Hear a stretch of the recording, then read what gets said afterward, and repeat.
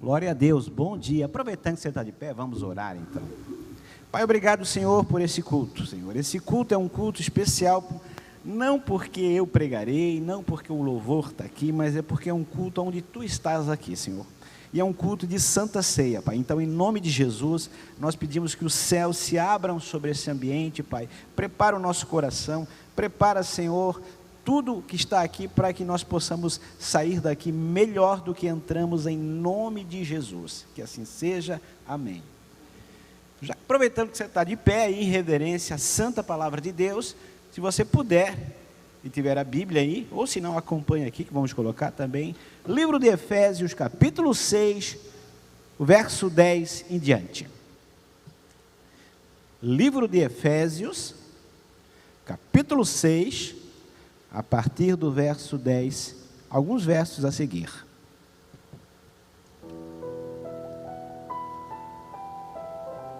Glória a Deus.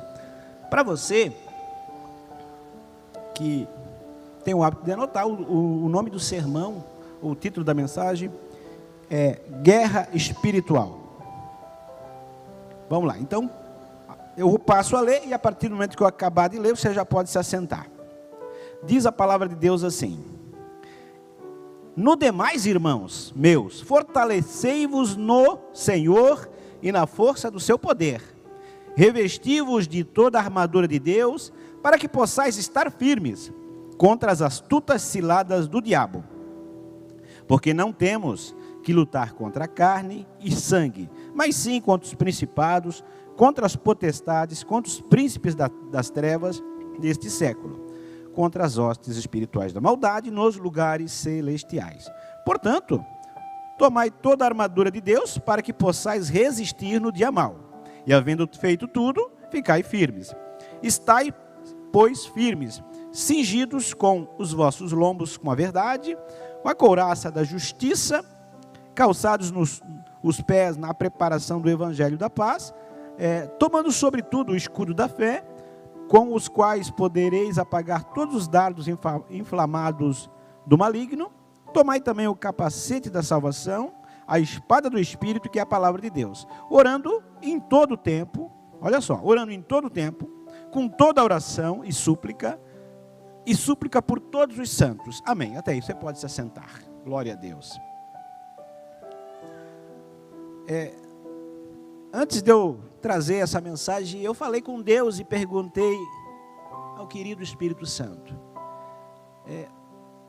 Eu vejo muitas pessoas brigando, mas brigando pela sua causa, e não que isso seja errado. Vivemos um momento político na nossa cidade, onde um era de um candidato, outro era de outro, e assim foi. E às vezes as pessoas brigam entre si, famílias brigam entre si, partidos políticos brigam entre si, enfim, há todo patrões e empregados, empregados e patrões, e concorrentes, adversários, até time de futebol, que era para ser um esporte bom, às vezes acabam brigando no campo, e assim por diante. Mas às vezes a gente briga com todo mundo, mas não briga, não luta com quem deveria lutar, que é realmente contra as hostes da maldade, contra o diabo e seus anjos, ou seus demônios, né? Que os demônios não são anjos caídos. Bom, mas é como às vezes a gente quer fazer uma coisa, eu não sei se você em casa às vezes não tinha uma ferramenta adequada, uma chave de fenda adequada, uma chave de boca, você vai tentar apertar ou afrouxar alguma coisa lá e não consegue, porque falta ferramenta adequada. Você não consegue, usa uma ferramenta improvisada e às vezes não consegue trabalhar da forma correta ou fazer o serviço que teria que fazer. E assim a nossa vida às vezes ela vai e vem, porque a gente não usa ferramentas adequadas ou armas adequadas, né? Então, essa é uma carta diferente, essa carta de Efésios. É uma carta onde Paulo escreve da prisão, ele está preso, e ele passou 2 anos e poucos lá na cidade de Éfeso, e ele pregou o evangelho, não só a Éfeso, mas toda aquela população ouviu o evangelho ali nos arredores de Paulo. Ele todos os finais de semana, dias, ele ia lá no templo orar, falar de Jesus, e lá era uma cidade grega, uma cidade idólatra, onde Diana era a principal deusa deles, e causou um grande tumulto lá. Lá havia muitas pessoas que fabricavam ídolos de prata, de ouro, e eles acabaram, quando o pessoal começou a entender que o único Deus vivo era o Deus invisível, eles começaram a perder seus lucros, então incitaram a população para tentar acabar com a vida de Paulo. E para uma igreja dessa, Paulo passa um tempo, ele tem saudade da igreja. E ele pensa, eu preciso falar alguma coisa para aquele povo, antes de eu partir dessa vida. Ele sabia que logo, logo ele seria decapitado por Nero, ele morreria, mas ele precisou, ele disse, eu posso não falar mais em vida, com os meus lábios, mas a minha escrita, eu vou deixar um livro, vou deixar uma carta que vai falar por mim. E assim somos nós, às vezes, um dia nós vamos partir daqui, mas nós precisamos deixar um legado, deixar algo que fale, não só nessa vida, mas para as próximas gerações. Então ele fala sobre guerra espiritual, e toda guerra, para quem serviu o exército vai lembrar, né? Ela tem todo mundo que vai fazer uma guerra, ele precisa pelo menos ter 3 frentes. Ele tem que ter suprimento para a guerra, ele tem que ter ataque e tem que ter defesa. Então todo o exército ele precisa ter suprimento, ou seja, ele tem que ter armamento, armas, tudo aquilo que ele precisa, provisão para o seu exército, ele tem que saber atacar e saber se defender. E é por isso que nós temos o maior general, que o Senhor é chamado de Senhor dos Exércitos na Bíblia, principalmente no Antigo Testamento. Então a primeira coisa que quando alguém vai guerrear, ele precisa conhecer o seu inimigo. Se eu não conheço meu inimigo, o que vai acontecer? Talvez eu lute com a pessoa errada, ou com o povo errado, ou eu não conheço enfim, o material bélico dele, o que ele pode quais são as surpresas, os ataques e contra-ataques que ele pode fazer contra mim. É como um time de futebol, todo treinador ele estuda o time adversário, para tentar vencer o jogo. E assim também é numa guerra. Então, quem é o nosso inimigo? Você sabe quem é o nosso inimigo? É Satanás, Lúcifer e seus demônios. Quem era Lúcifer? A Bíblia diz em Isaías, no capítulo 14, que Satanás, ele era um querubim ungido, anjo de luz, ele era um exemplo de beleza. Ele diz, aferidor, altamente inteligente e quer nos enganar.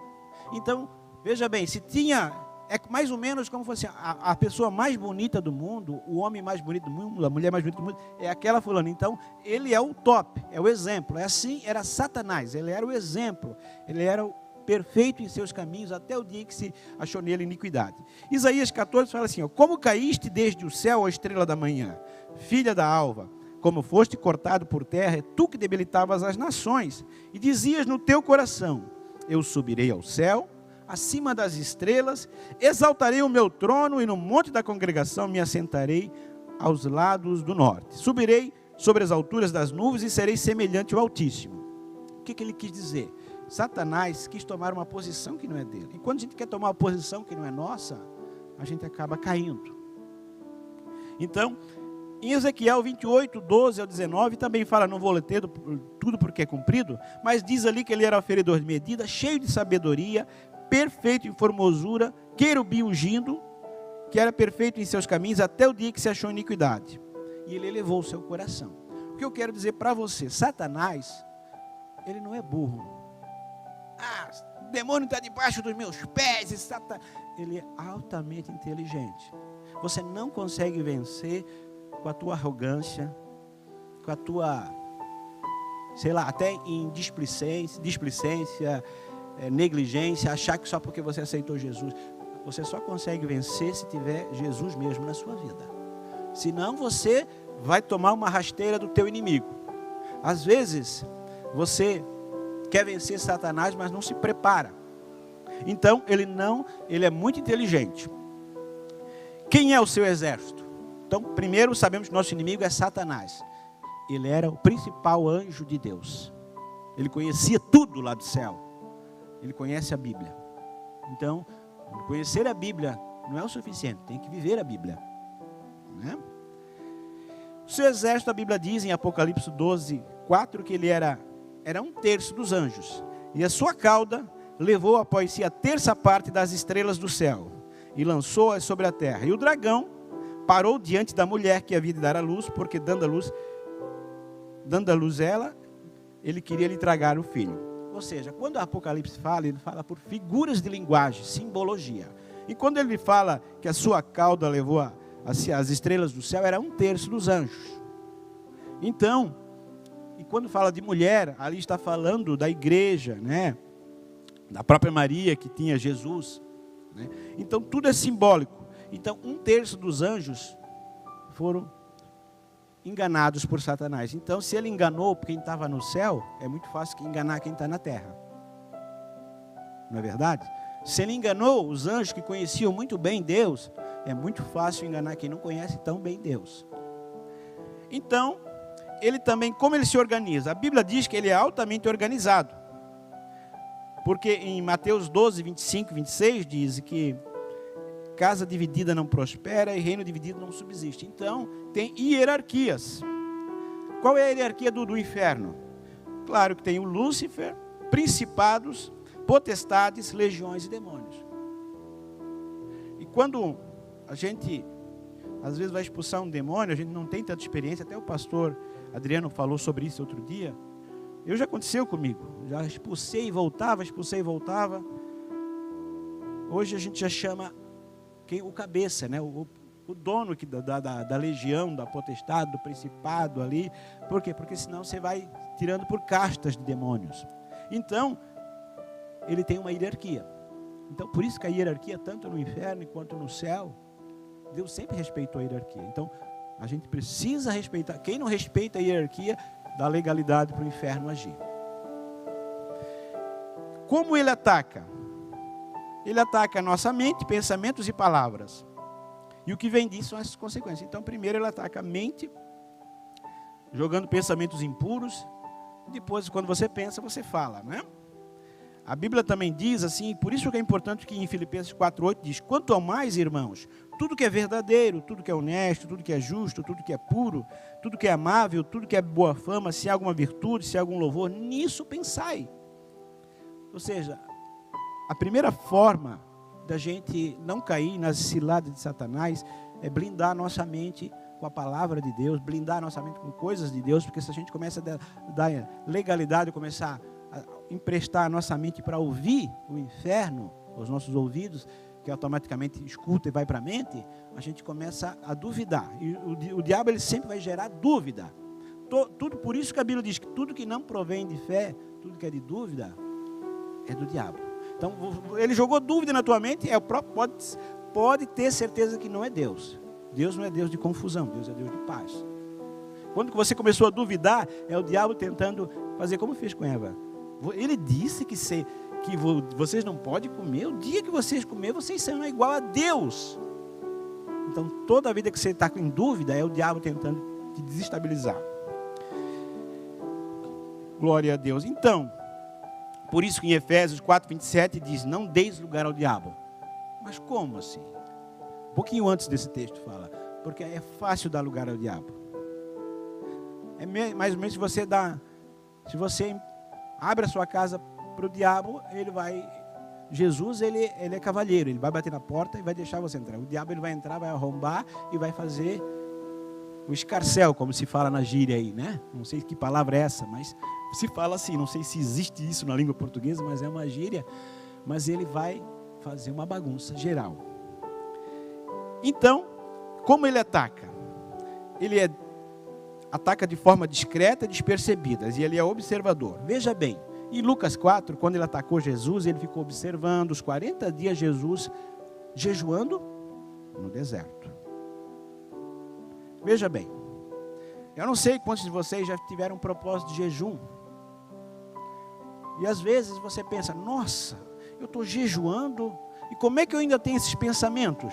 Era para eu estar quase santo, porque eu estou orando, estou buscando a Deus.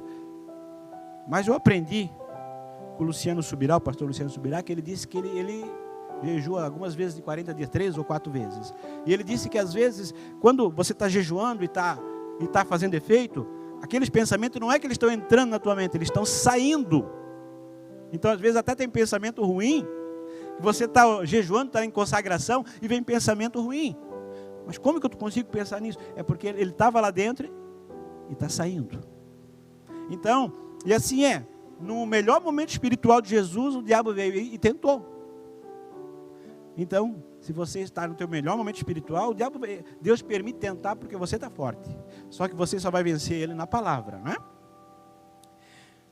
E ele usa, quais são as estratégias? As mesmas de sempre. A ciência, não, porque a ciência fala isso, tal, tirar Deus da jogada. A ciência, quando muito bem estudada, ela reconhece Deus. A ciência mal estudada afasta de Deus, né? Ele usa também o seu ego, como fez com Eva e com Adão e Eva, né? Ele usa a sua aparência, ele vai te enganar. O diabo não vai aparecer como diabo para você. O diabo vai aparecer de uma forma diferente. Até com anjo de luz, a Bíblia diz. Ele vai aparecer como um ser bonzinho, alguém que quer te ajudar, e às vezes quando você menos espera, cai. E sua missão é sempre enganá-lo, cegá-lo, convencê-lo desse engano. Por isso que em 2 Coríntios 4,4 diz: e o Deus desse século, Deus com D minúsculo, cegou os entendimentos para que não resplandeça a luz do Evangelho aos incrédulos. Então, até aqui a gente fala do diabo, mas eu não gosto de dar muito crédito para ele. Já foram 10 minutos que eu falei dele já, né? Então, só para você conhecer quem é o seu inimigo. Como ocorrem essas batalhas? Agora começa a ficar interessante. Olha só, 5 níveis espirituais que ocorrem essas batalhas. E aqui que você agora já viu como é que ele ataca, tal. Agora que você tem que entender como ocorrem essas batalhas e depois as armas para vencê-las. O primeiro nível é pessoal. Satanás não gosta de ti, te odeia. Ponto final. Nunca vai gostar de ti. Então é pessoal. É algo pessoal. É como você diz, não é nada pessoal, a gente diz às vezes, é profissional, mas não. Para Satanás é pessoal mesmo. Ele te odeia. Então ele tem pelo menos um demônio para cada pessoa. Em Jó 1,7 ele diz que ele estava observando Jó. Observaste Jó, mas também tu abençoa eles com tudo e vai ver, tira, toca nele para ver se não te amaldiçoa. 1 Pedro 5,8, né? Ele fala também: o diabo, vosso adversário, né? Anda em vosso derredor como um leão bramando a quem possa tragar, né? Também em Lucas 22:31 diz: Jesus disse a Pedro, né? Simão, eis que Satanás vos pediu para se andar como trigo. Ou seja, ele quer te pegar, ele quer me pegar, não tem jeito. Não é que eu não vou servir a Deus, eu vou parar, eu não vou lutar, que ele não vai me pegar. Não, ele vai, em uma hora ou outra, ele vai tentar alguma investida contra você e contra mim. Isso é fato. Você querendo guerrear ou não, estamos em guerra. Segundo nível, primeiro é pessoal. O segundo é coletivo. Ele quer atacar sua família, sua igreja, aquilo que mexe com você. Quando ele não consegue te atacar, ele vai tocar em alguém que você gosta muito, sua família. Então ele sabe quem é a tua família, ele sabe quem é o teu filho, ele sabe quem é a tua esposa, quem é os teus pais. Ele vai atacar lá para tentar esmorecer a tua fé.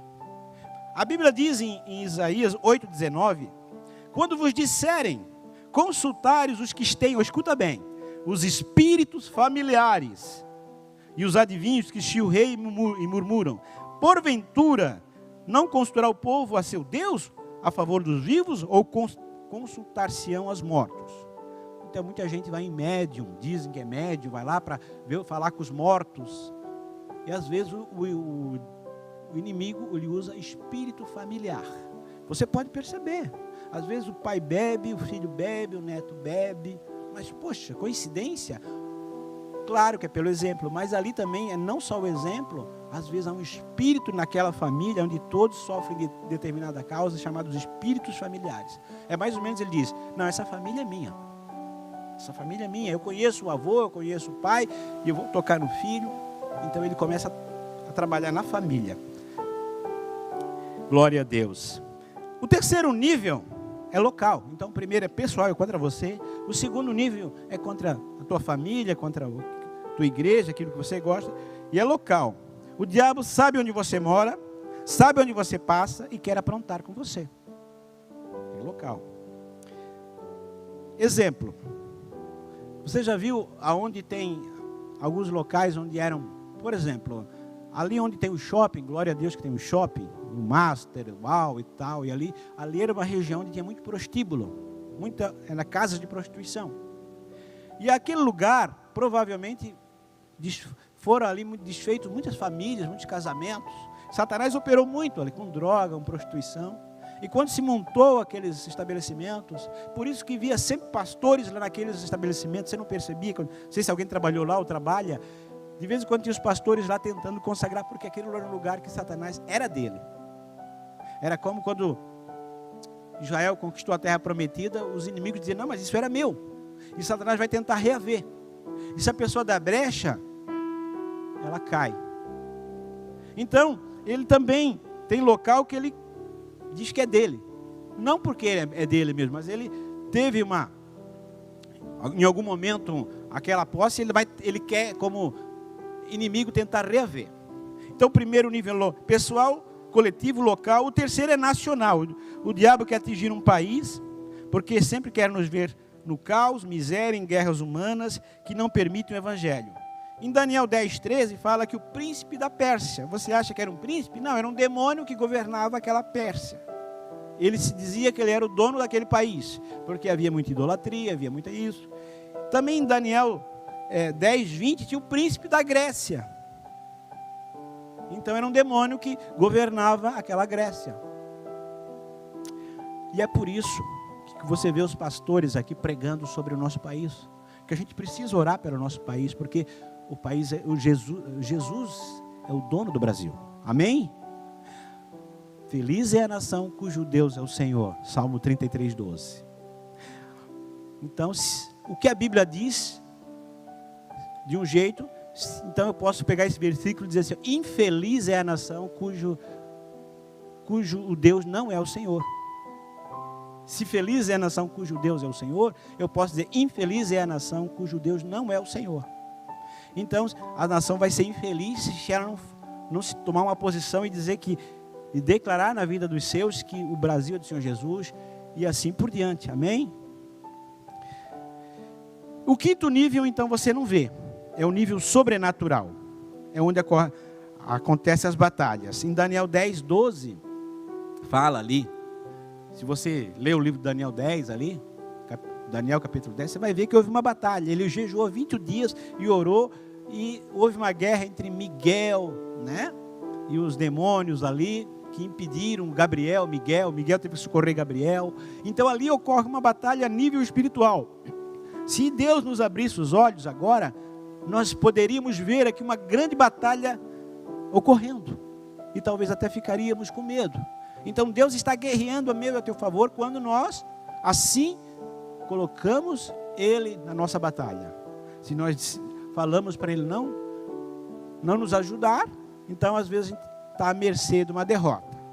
Glória a Deus. Bom, então conhecemos o nosso inimigo, percebemos os 5 níveis de batalha: o pessoal, o coletivo, o local, o nacional e o sobrenatural. É claro que isso, igreja, daria um seminário. Eu estou correndo aqui porque eu sei que temos horário e eu não quero avançar muito. Glória a Deus. Quais são as armas? Então Paulo faz uma analogia, uma comparação ao soldado romano. Ele fala pelo menos 6, eu coloquei 8 aqui. Ele fala sobre o cinturão da verdade, a couraça da justiça, o calçado da paz, o evangelho, capacete da salvação, a espada do Espírito e da oração também. Então, a primeira coisa que eu vejo está ali no início do texto, que fala firmeza. Ele diz assim, no 14, estai firmes. Um soldado, para ele vencer uma guerra, ele precisa saber, estar firme. Se ele está vacilando, ele já vai com medo. É bem provável que ele, primeiro susto, vai correr. Então a primeira coisa para você vencer uma guerra é firmeza. Firmeza significa, eu sei o que eu quero, eu quero isso, então eu tomo uma posição. Como o pastor Adriano pregou na semana passada sobre tome uma atitude. Então, se você nunca tomar uma atitude, nada vai adiantar na tua vida, porque você está sempre vacilante. Então a primeira coisa que o soldado precisa, quando ele se alista, quando ele vai para uma guerra, é firme. Não, eu vou lutar até o fim. Ainda que eu morra por essa causa, mas eu vou. Então, primeira coisa é a firmeza. Isso significa suprimento. Firmeza significa suprimento. É suporte para o meio da batalha, no início, meio e fim da batalha, né? A Bíblia diz em 24:10, olha só.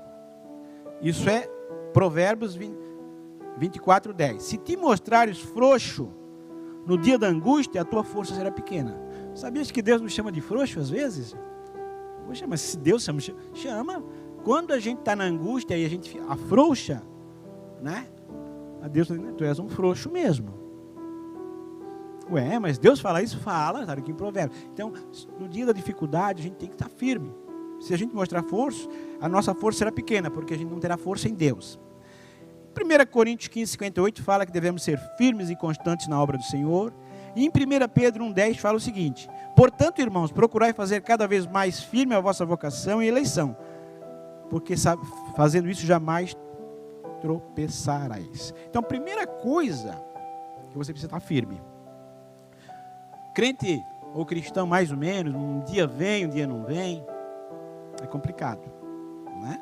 Outro dia, não vou contar aqui, nem lembro mais, mas eu vi no Instagram 5 motivos para você não ir na igreja, né? A primeira é se chover mais do que no dilúvio, né? Se chover mais de 40 dias, então você não precisa vir na igreja. E assim vai. A outra, eu fui falando várias, agora não lembro de todas, eu achei muito engraçado. Foi uma comédia, mas verdadeira, né? Então, às vezes, qualquer coisa não vem na igreja, né?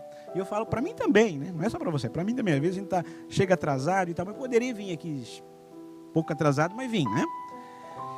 Então, a primeira firmeza. A segunda é o cinturão da verdade. Então, o soldado, ele tinha um cinturão que não era só para segurar as calças, não. Ele segurava a espada, armas, alimentos, cordas, enfim. Aquele cinturão, ele colocava na bainha a espada, colocava água, colocava alimento, alguma coisa. Então, ali, ele poderia ter uma secundária, ele estava com a espada, de repente tinha um punhal aqui, uma faca. Então, o cinturão da verdade significa que a partir do momento que você está firme e resolve conhecer a verdade, aqui na verdade você vai poder colocar a espada, você vai poder colocar alimento, você vai poder colocar água, você vai poder colocar as suas armas aqui, na verdade. Todas as armas que você precisa, está aqui na verdade. Aqui é a verdade. Então, a Bíblia fala que nada podeis contra a verdade, senão pela verdade. Tem um versículo engraçado que Paulo parece que está reclamando com o pessoal da Galácia, com os Gálatas, né? Ele disse, por acaso eu fiz vosso inimigo falando a verdade? Né? Ele fala a verdade e o pessoal meio que questiona ele. Ele diz, poxa, se eu falar, eu sou inimigo para vocês falando a verdade, e assim como às vezes um pai, um filho educa, né? O pai educa o filho e ele fala a verdade. Às vezes o filho acha que ele é inimigo, porque não entende, mas é a verdade. Contra a verdade não pode fazer nada. Então, primeira, firmeza. Segunda, o cinturão da verdade. Você andar na verdade, conhecereis a verdade vos libertará. João 8:32. A terceira arma é a couraça da justiça. Significa ter o sangue de Jesus. Então, a partir do momento que você se firma, diz, não, eu quero conhecer esse evangelho. Eu pego e tenho o cinturão da verdade. Eu busco a verdade. Aí, então, sim, eu aceito Jesus como meu Senhor e Salvador. É a couraça da justiça. A couraça era uma arma que protegia, né, o coração, o pulmão e os rins. Então, a partir do momento que você tem o sangue de Jesus, você começa a proteger o seu coração. Guarda o teu coração, porque dele procede as entradas da vida. Provérbios 4:23. Então, Deus quer proteger o teu coração contra as mágoas, contra as angústias, tristezas, né? E a couraça diz assim, né, em Apocalipse 12:11, e eles venceram pelo sangue do Cordeiro e pela palavra do seu testemunho e não amaram suas vidas até a morte. Então, terceira arma, couraça da justiça. A quarta arma, o evangelho da paz. A partir do momento que você está firme na igreja, você se propõe a conhecer a verdade, você aceita Jesus como Senhor e Salvador, então agora você vai conhecer o evangelho da paz. O evangelho que antes você talvez não conhecia profundamente, agora você vai conhecer ele profundamente e vai te trazer paz. Ele é defesa, ataque e suprimento. E Paulo compara como um calçado. O calçado protege os pés, sustenta o nosso corpo e podemos pisar no inimigo. Em Romanos 16, 20 diz que em breve, né, o diabo estará debaixo de vocês pés, esmagarão a cabeça dele. Mas em Cristo, não com a tua arrogância ou com o meu achismo, né? É em Cristo. A gente pode pisar no inimigo, mas em Cristo, não pela nossa força ou pela justiça, mas em Cristo. Então, o Evangelho da Paz. E quando a gente começa a conhecer o Evangelho, a gente começa a andar em outros caminhos. O que doía sem o calçado, se você andar sem o calçado num lugar pedregoso, vai machucar os teus pés. Agora, com o calçado da paz, você vê que o caminho é melhor para andar. E às vezes a vida é melhor quando você anda no Evangelho. Antes machucava muito os pés, o teu andar era dolorido, agora você vai andar melhor. O caminho é o mesmo às vezes, as pedras são as mesmas, mas agora você tem o Evangelho, você consegue andar melhor. E o soldado, ele tinha esse calçado. A próxima arma é o escudo da fé. Então o Evangelho da Paz é defesa, ataque e suprimento. O escudo é defesa e ataque. O escudo, como você sabe, era aquilo que o soldado tinha para se defender, mas ele também poderia empurrar e atacar. Então ele é ataque e defesa. E a fé vem pelo ouvir a palavra. Romanos 10, 17 fala. Em Hebreus 11, 6 diz que é necessário que, né, sem fé é impossível agradar a Deus. É necessário que aquele que se aproxima de Deus creia que Ele existe e é galardoador daqueles que o buscam. Então o que eu quero dizer para você é que tudo isso é uma sequência. Você vai se firmando, você vai buscando a verdade, você vai tendo o sangue de Jesus, você vai conhecendo o Evangelho e você vai tendo fé. Veja bem como a lógica vai acontecendo. Está tudo na ordem. Paulo não errou nenhuma lógica. Você vai tendo fé, porque a fé vem pelo ouvir a palavra. E depois que você tem fé, você se sente salvo. Você vai ter o capacete da salvação. Então, você tem uma fé agora. Nossa, agora eu estou salvo. Agora eu estou no reino de Deus. Então, fala do capacete da salvação, que é a defesa. E por isso que um atirador, um bandido, ele mira na cabeça. Que se ele acertar na tua cabeça, ele te mata. E assim é o inimigo. Ele quer trabalhar nos teus pensamentos. Lembra que eu falei antes como ele ataca? Ele quer atacar na cabeça, na mente. E é por isso que em Colossenses 3, 2, pensai nas coisas que são do alto. Em Romanos 12, 2 fala, transformai a renovação do vosso entendimento para que experimenteis a boa, agradável e perfeita vontade de Deus. Então, você precisa sentir salvo. Mas para se sentir salvo tem que ter fé antes, o escudo da fé. Depois que você se sente salvo com o capacete da salvação, a próxima arma é a espada do Espírito. Então agora sim, você consegue usar a palavra. Você já conheceu a verdade, já conheceu o Evangelho, agora sim, essa palavra pode se tornar verdade na tua vida. E a verdade, então essa espada do Espírito, ele é ataque, a espada serve para atacar, para defender, e é suprimento, inclusive para cortar alimentos, se fosse o caso, né? Então, veja bem, é a palavra de Deus que nos impede de pecar. Por isso que o salmista diz no Salmo 111, escondi a palavra no meu coração para não pecar contra ti. É a palavra de Deus que nos faz andar ilumina o nosso caminho em caminhos luminosos. Luz para o meu caminho e lâmpada para os meus pés é a tua palavra. Veja bem, você começa a declarar a palavra na tua vida, você vai não pecar mais, porque você coloca ela no coração, você começa a iluminar. É a palavra de Deus que também nos liberta. Conhecereis a verdade vos libertará. É a palavra de Deus que nos santifica. Santifica-os na verdade, e a verdade é a tua palavra, João 17, 17. É a palavra de Deus que nos limpa, em João 15, 3 diz, vós estáis limpos pela minha palavra. Você começa a dizer, não, eu estou limpo. Toda vez que Satanás começa a colocar uma coisa na tua mente, você está defendendo, olha só, você está guerreando, com a espada. Eu estou limpo pela palavra, luz para o meu caminho e lâmpada para os meus pés é a tua palavra. Eu escondi a tua palavra para não pecar contra ti. Você está guerreando no mundo espiritual, usando a palavra. Orando a palavra, usando a palavra, né? Então, você começa, é a palavra de Deus que não volta vazia. Assim como a chuva e a neve descem dos céus e não tornam para lá sem antes regar, produzir, brotar, dar semente ao semeador, pão ao que come, assim será a palavra da minha boca, que não tornará para lá vazia, mas antes fará aquilo que me apraz e prosperará naquilo que eu enviei. Glória a Deus. E a palavra de Deus diz que você não tem nenhuma condenação, portanto, nenhuma condenação há para aqueles que estão em Cristo Jesus, que já não andam mais segundo a carne, mas segundo o Espírito. É a palavra de Deus também que fala que Deus vela por cumprir. Em Jeremias 1,12, fala que eu velo por cumprir a minha palavra. É a palavra de Deus que lá em 2 Reis 8,56 falou, e nenhuma das boas palavras que Deus falou para o seu servo Moisés deixou de cumpri-la. É a palavra de Deus que diz que passará os céus e a terra, mas as minhas palavras não passarão. Mateus 24,35, aleluia. Veja bem, eu estou citando algumas coisas só para te lembrar, e tantas outras tem. É a palavra de Deus onde os céus foram criados, porque ele disse, tudo falou e logo apareceu, mandou e logo se consumou, ali em Salmos 33,6, né? É a palavra de Deus, em Hebreus 1,3 diz que por todas as coisas são sustentadas pelo poder da palavra de Deus, todas as coisas. É a palavra de Deus que subsiste eternamente, Isaías 48. Então, você está firme, recebeu o sangue de Jesus, né, o cinturão da verdade, a couraça da justiça, né, conheceu a verdade, recebeu o sangue de Jesus, começou a conhecer o evangelho da paz, que é o calçado, começou a ter fé, agora você se sente salvo, agora sim, você começa a guerrear com a espada do Espírito. E então, você precisa alinhar a tua oração. Agora você pode orar com eficácia. Declarar a palavra, profetizar a palavra, declarar. Pode orar, inclusive orar até a palavra. E diz aqui que a oração.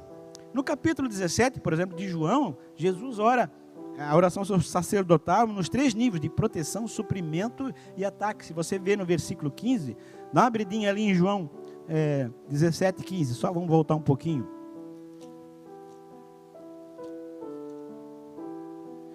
Olha o que Jesus diz. Essa é a oração chamada oração sacerdotal. Aqui ele é suprimento.